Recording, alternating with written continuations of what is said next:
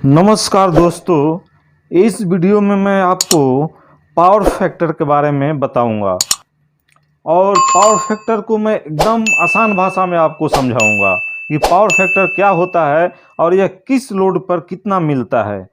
तो दोस्तों, इलेक्ट्रिकल में पावर फैक्टर एक बहुत ही इम्पोर्टेंट टॉपिक है। तो इसको समझने के लिए थोड़ा हम संक्षेप में एसी, डीसी और फ्रीक्वेंसी को जान लेते हैं। तो हम देखते हैं एसी क्या है। तो आप देखते हैं एसी, इसको अल्टरनेट करंट बोला जाता है। एसी को अल्टरनेट करंट बोला जाता है। सॉरी, पेन ठीक नहीं है। एसी को अल्टरनेट करंट बोला जाता है। तो ये जो है, ये करंट एसी में जो फेज में ऐसे करंट चलता है, ऐसे, और इसमें वोल्टेज और एम्पियर, वोल्टेज और करंट दोनों साथ में चलता है। एसी में एक साइक्लिंग बना करके चलता है, ये करंट चलता है वोल्टेज और करंट के साथ। और डीसी में कोई भी पावर फैक्टर नहीं होता है, क्योंकि डीसी सीधा ये प्लस और माइनस होता है, इसमें कोई पावर फैक्टर नहीं होता है। और एसी के फेज वायर में ही, ये एसी के फेज वायर में ही प्लस और माइनस हो जाता है। इसको माइनस समझिएगा। जो ऊपर में जब यहाँ से जब स्टार्ट होता है तो ये प्लस में आता है, और जहाँ पे नीचे में आता है, जहाँ बंद होता है, ये माइनस में हो जाता है और ये बंद हो जाता है। तो एसी का ये है। डीसी सीधा आपको ऐसे चलता है। और उसके बाद आपको मैं समझाऊंगा फ्रीक्वेंसी को। तो फ्रीक्वेंसी को जब आप समझ लीजिएगा, फ्रीक्वेंसी क्या है। तो फ्रीक्वेंसी जो होता है, आप देखते होंगे इंडिया में कोई भी इलेक्ट्रिकल इक्विपमेंट जब लेते हैं आप, तो उस पर लिखा रहता है 50 हर्ट्ज, एच जेड लिखा रहता है 50 हर्ट्ज या 60 हर्ट्ज, 60 एच जेड। तो ये हमारे इंडिया में 50 ही चलता है, ज़्यादा 50 ही चलता है। तो इसका मतलब क्या हुआ, ये जो एसी में, ये एसी में जो साइकिलिंग बन रहा है, ये जो आप साइकिलिंग देख रहे हैं, देखिए ये साइकिलिंग जो है एसी में, ये यहाँ से स्टार्ट हुआ, यहाँ पे आया, तो ये एक बार हुआ, ये प्लस और ये माइनस एक बार हुआ। और अब फिर देखिएगा, यहाँ से स्टार्ट हुआ और फिर यहाँ जा कर के बंद हुआ, ये प्लस और ये माइनस। तो ये ऐसे ही एक सेकंड में, मतलब एक सेकंड में ये ऐसे ही, ये यहाँ से आया और यहाँ पे ये एक बार हुआ, फिर यहाँ से स्टार्ट हुआ, यहाँ आया, दो बार हुआ। ऐसे ही 50 बार ये एक सेकंड में चलता है। 50 बार ऑन ऑफ होता है। प्लस में जाएगा तो स्टार्ट होगा, माइनस में जाएगा तो ऑफ हो जाएगा। तो ये हमारे आंखों से दिखता नहीं है। तो इसी को हम 50 हर्ट्ज बोलते हैं, इसी को फ्रीक्वेंसी बोला जाता है। अब हम आते हैं, आपको फ्रीक्वेंसी के बारे में तो आप समझ लिए अच्छी तरह से। अब हम आते हैं पावर फैक्टर के ऊपर। तो हम पावर फैक्टर को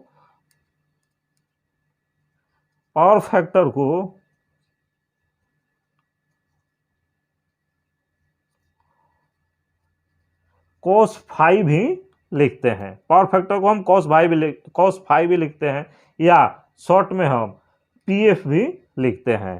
तो पावर फैक्टर क्या चीज़ है। तो दोस्तों, जैसे ये मान लिए, ये आपका कोई इक्विपमेंट है, कोई भी चीज़ मान लीजिए, कोई मोटर ही मान लीजिए। यहाँ पे एक न्यूट्रल है, यहाँ पे एक फेज है। तो ये फेज वायर में, न्यूट्रल सॉरी फेज वायर में वोल्टेज और करंट दोनों चलता है, वोल्टेज और करंट दोनों चलता है ये फेज वायर में।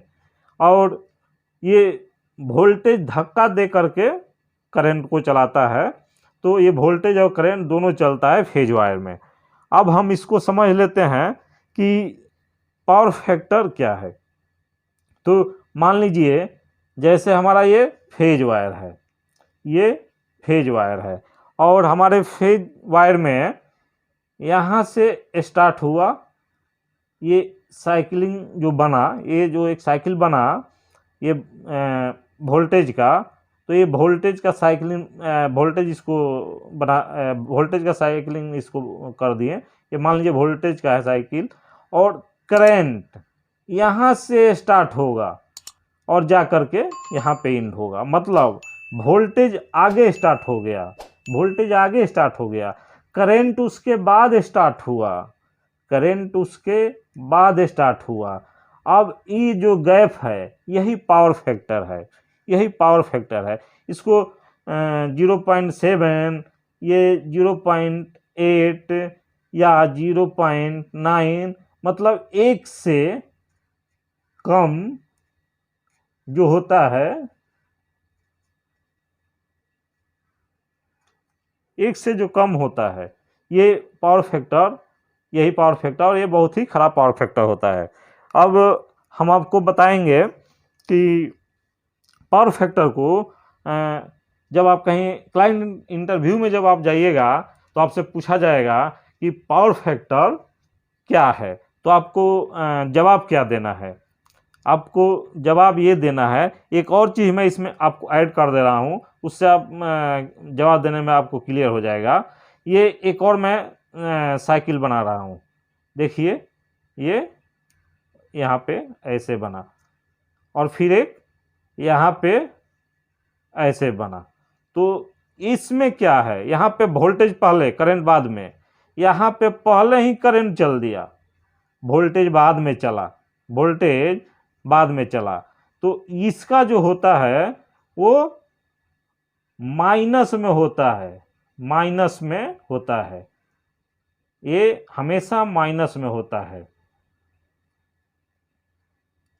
माइनस में होता है। तो हमसे अगर पूछा जाएगा कि पावर फैक्टर क्या है, और कोई भी क्लाइंट कहीं भी इंटरव्यू देने हम गए, हमसे पूछा जाएगा कि पावर फैक्टर क्या है, तो हमको क्या जवाब देना होगा कि वोल्टेज और करंट, एसी सर्किट में वोल्टेज और करंट जब साथ साथ नहीं रहते हैं, बल्कि कभी वोल्टेज आगे करंट पीछे और कभी करंट आगे वोल्टेज पीछे हो जाता है, तो उसको हम, उसमें जो वो गैप होता है, जो डिफरेंस होता है, जो त्रिकोण बनता है, उसको हम पावर फैक्टर कहते हैं। तो ये आप आसानी से बता सकते हैं। ये दोनों आ गया इसमें, इसमें ये आगे करंट हो गया, इसमें आगे वोल्टेज हो गया, तो ये आप समझ गए। अब मैं आपको बताऊंगा कि लोड के ऊपर, जो हमारा लोड होता है, जो भी लोड होता है उस लोड के ऊपर मैं आपको बताऊंगा। तो मान लीजिए कि हमारा लोड जो होता है वो 3 तरह का होता है, resistive load, inductive load, capacitive load. पहला आपका हुआ है रेजिस्टिव लोड। तो रेजिस्टिव लोड में क्या होता है कि रेजिस्टिव लोड में जो होता है, कोई भी इक्विपमेंट गर्म होकर लाल हो जाए और वह काम करने लगे, वो रेजिस्टिव लोड होता है। जैसे आप बल्ब, ये हमारे पास एक बल्ब है, देखिए बल्ब है, इसको बल्ब को देखिएगा, इसमें आपको दिख रहा होगा ये फिलामेंट है, ये फिलामेंट लाल होता है तब ये प्रकाश देता है। और आप देखे होंगे हीटर को भी देखे होंगे, हीटर भी लाल होता है। और आयरन भी देखते हैं कि आयरन भी गर्म होकर के ही काम करता है, तो वो आपका रेजिस्टिव लोड हो गया। इसमें आपका बल्ब हो गया, आपका हीटर हो गया, हीटर हो गया, या आपका आयरन हो गया। और इसका जो रेजिस्टिव लोड में जो पावर फैक्टर होता है, इसमें जो पावर फैक्टर है, ये हम साइकिल बना रहे हैं आपको, तो ये वोल्टेज का है, ये वोल्टेज का है। और इसमें करंट जो है ठीक इसके एकदम साथ साथ इसके चलेगी, साथ में स्टार्ट, वोल्टेज साथ में स्टार्ट होकर के, वोल्टेज के साथ में स्टार्ट होकर करंट, और जा कर के इन भी साथ ही में होगा। तो करंट और वोल्टेज दोनों साथ ही में आपका चल रहा है। तो ये रेजिस्टिव लोड में ये होता है, क्योंकि रेजिस्टिव लोड में आपका 0.9 या 1 पावर फैक्टर होता है।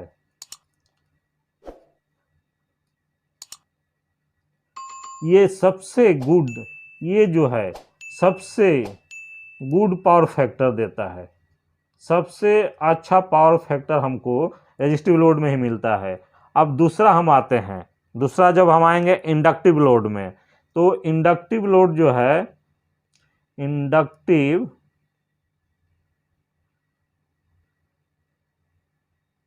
पेन भी अच्छा नहीं चल रहा है। इंडक्टिव लोड में आप देखिएगा कि जो, अब मैं इसको सिंपल में आपको बताऊंगा क्योंकि आपको समझ में आ जाए। तो इंडक्टिव लोड जो है आप देखिएगा, जो कॉइल जिसमें बना होता है, कॉइल का जिसमें कॉइल लगा होता है, जैसे आप मोटर में मोटर देखिए, फैन देखिए या ट्रांसफार्मर देखिए, उसमें आपका बाइंडिंग किया हुआ रहता है, बाइंडिंग। और वो बाइंडिंग जो होता है एक मैग्नेटिक फील्ड बनाता है, और वही मैग्नेटिक फील्ड के द्वारा हमारा जो इक्विपमेंट है वो अपना वर्क करता है। उसको हम इंडक्टिव लोड बोलते हैं। इंडक्टिव लोड में आपका मोटर हो गया, इंडक्टिव लोड में आपका मोटर हो गया, आपका ट्रांसफार्मर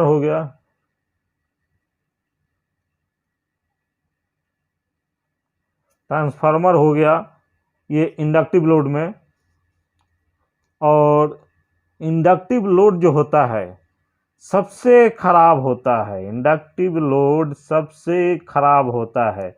इसमें जो ये साइक्लिंग जो बनता है, ये इसमें ये वोल्टेज तो चल दिया ठीक, उसके कुछ समय बाद ये करंट स्टार्ट हुआ, उसके कुछ समय बाद ये करंट स्टार्ट हुआ, तो ये गैप जो होता है ये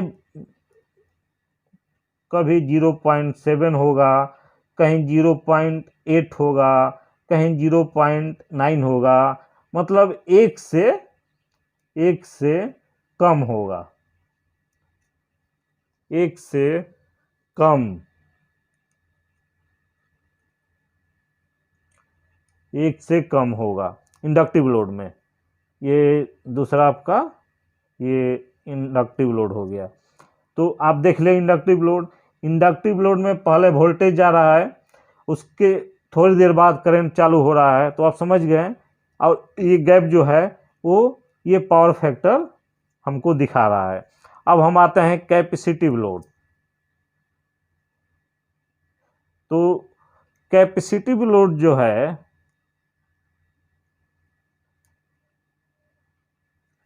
कैपेसिटिव लोड जो है इसमें, इसको एक्चुअली में इसलिए बनाया ही गया कि ये जो पावर फैक्टर है उसको ठीक किया जाए। तो कैपेसिटिव लोड में आप देखिएगा कि इसका जो आपको साइकिल बनेगा, मान लीजिए ये कैपेसिटिव लोड का ये साइकिल बन रहा है, इसमें ये आपका जो करंट है, करंट आगे चल दिया और वोल्टेज जो है आपका पीछे चलेगा। तो यहाँ पे क्या होगा कि यहाँ पे माइनस में हो जाएगा, यहाँ -0.7 या -0.8 या -0.9, तो यहाँ पे ये माइनस में चलेगा, ये कैपेसिटिव लोड में माइनस में चलेगा। अब हम इसको क्या करेंगे, कैपेसिटर लगा करके हम इसको भी हम कंट्रोल कर सकते हैं, इसको भी ठीक कर सकते हैं, इसके भी जो ये पावर फैक्टर माइनस में जो गया है इसको भी ठीक कर सकते हैं, और इसको भी हम ठीक कर सकते हैं कैपेसिटर लगा के। अभी तो मार्केट में बहुत सारे ऑटोमेटिक आया हुआ है, वो उसको जहाँ पे आपका प्लग पॉइंट है वहाँ पे उसको लगा दीजिए और वो पावर फैक्टर को, आपके घर के पावर फैक्टर को कंट्रोल करेगा। तो खैर वो हमारे घरों में वो ऐसा पावर फैक्टर नहीं होता है। मैं आपको अगले वीडियो में आपको बता दूंगा, तो आप आराम से निकाल लीजिएगा कि पावर फैक्टर आपके घर का कैसा है, वो आराम से आप निकाल लीजिएगा, आपको प्रॉब्लम नहीं होगा। तो मैं अगले वीडियो में आपको बताऊंगा कि पावर फैक्टर कैसे निकालते हैं, कैसे आप अपने घर के मीटर में पावर फैक्टर चेक कर सकते हैं, और आपको पता चल जाएगा कि आपका पावर फैक्टर कितना है, अच्छा या खराब है। और पावर फैक्टर ज़्यादा होने पर क्या नुकसान होता है, ये भी मैं अगले वीडियो में आपको बताऊंगा। तो दोस्तों, अगर आप मेरे चैनल पे नए हैं तो मेरे चैनल को सब्सक्राइब करके बेल पर प्रेस कर दे, ताकि मेरे आने वाले प्रत्येक वीडियो का नोटिफिकेशन आपको मिलता रहे।